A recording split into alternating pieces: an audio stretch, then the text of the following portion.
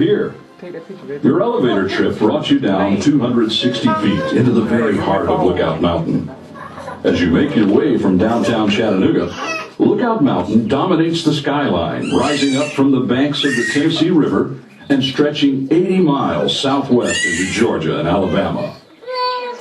The old Lookout Mountain Cave has a natural opening on the banks of the Tennessee River.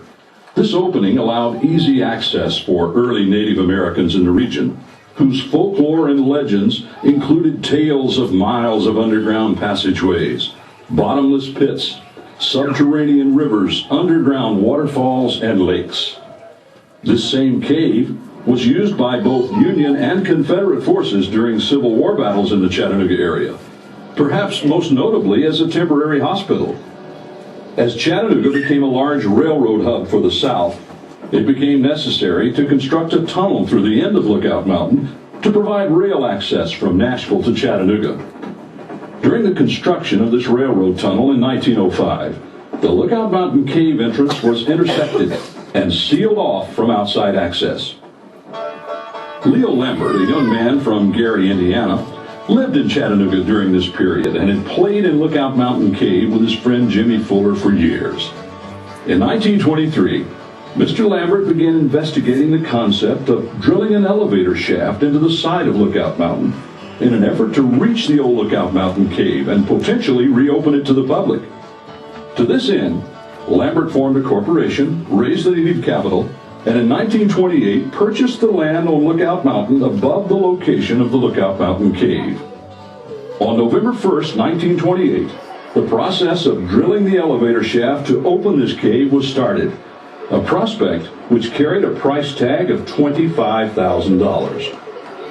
A total of 3 crews, working 8-hour shifts, labored around the clock, garnering 5 feet of progress for every 24 hours of work.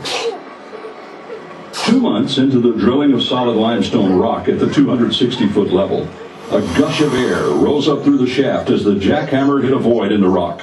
Upon further drilling and inspection, a small opening into a previously unknown chasm was discovered. This opening, measuring 2 feet high by 4 feet wide, was immediately explored by Lambert, his friend Jimmy Fuller, and a small crew. They disappeared into the chasm and were gone for 17 hours. Upon their return, Lambert excitedly told of the discovery of amazing geological formations and the existence of an enormous waterfall. A few days later, Lambert re-entered this newfound cave with his wife Ruby and christened this natural waterfall with her name, Ruby Falls.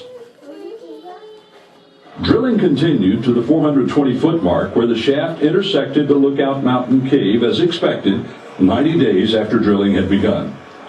In total, 15,000 pounds of dynamite was used to loosen 5 million pounds of limestone, which was removed from the shaft 1 bucket full at a time. The same rock was then used to build the Cavern Castle entrance building and was also used to develop the cave trails. On December 30th, 1929, 14 months after the drilling began, the Lookout Mountain Cave was open to the public, while construction of the newfound Ruby Falls Cave continued. On June 16, 1930, Ruby Falls Cave was open to the public and quickly grew to overshadow the popularity of the old Lookout Mountain Cave tour.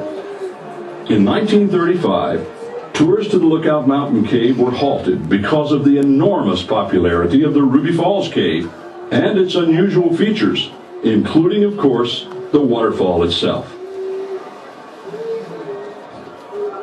As you move through the cave, we ask you to please stay with your guide, follow the safety instructions you're given, and enjoy this natural wonder, Ruby Falls.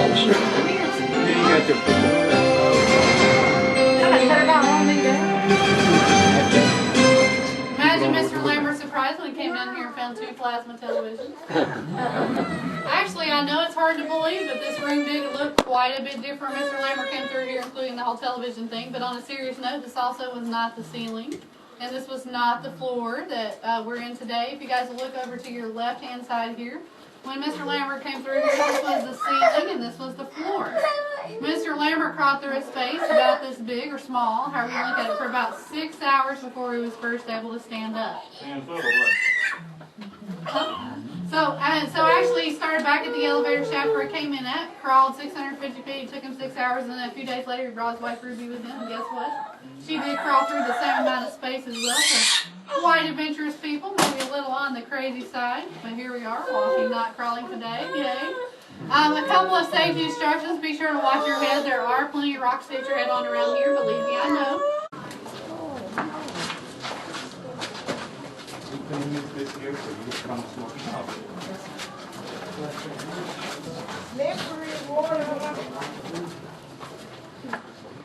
Yeah, we're gonna stay at our list and I'll stay together.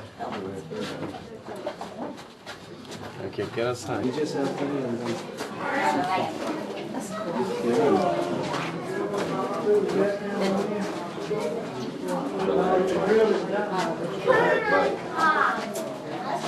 Right? That's right.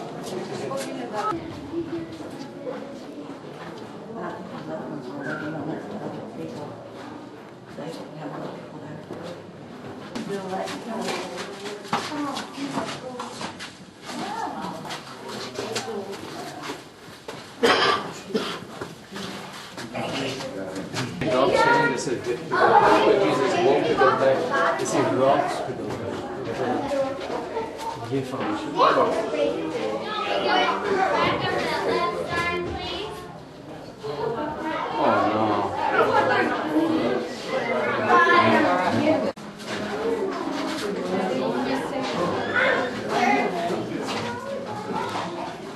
शहर अच्छा ये है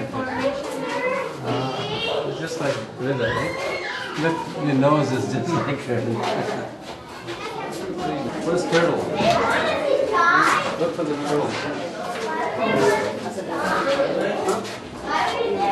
What is turtle?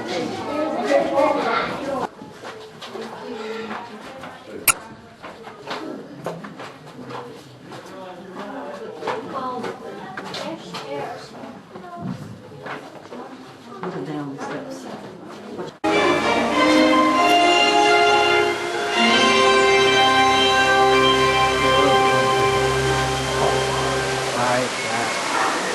Oh, God.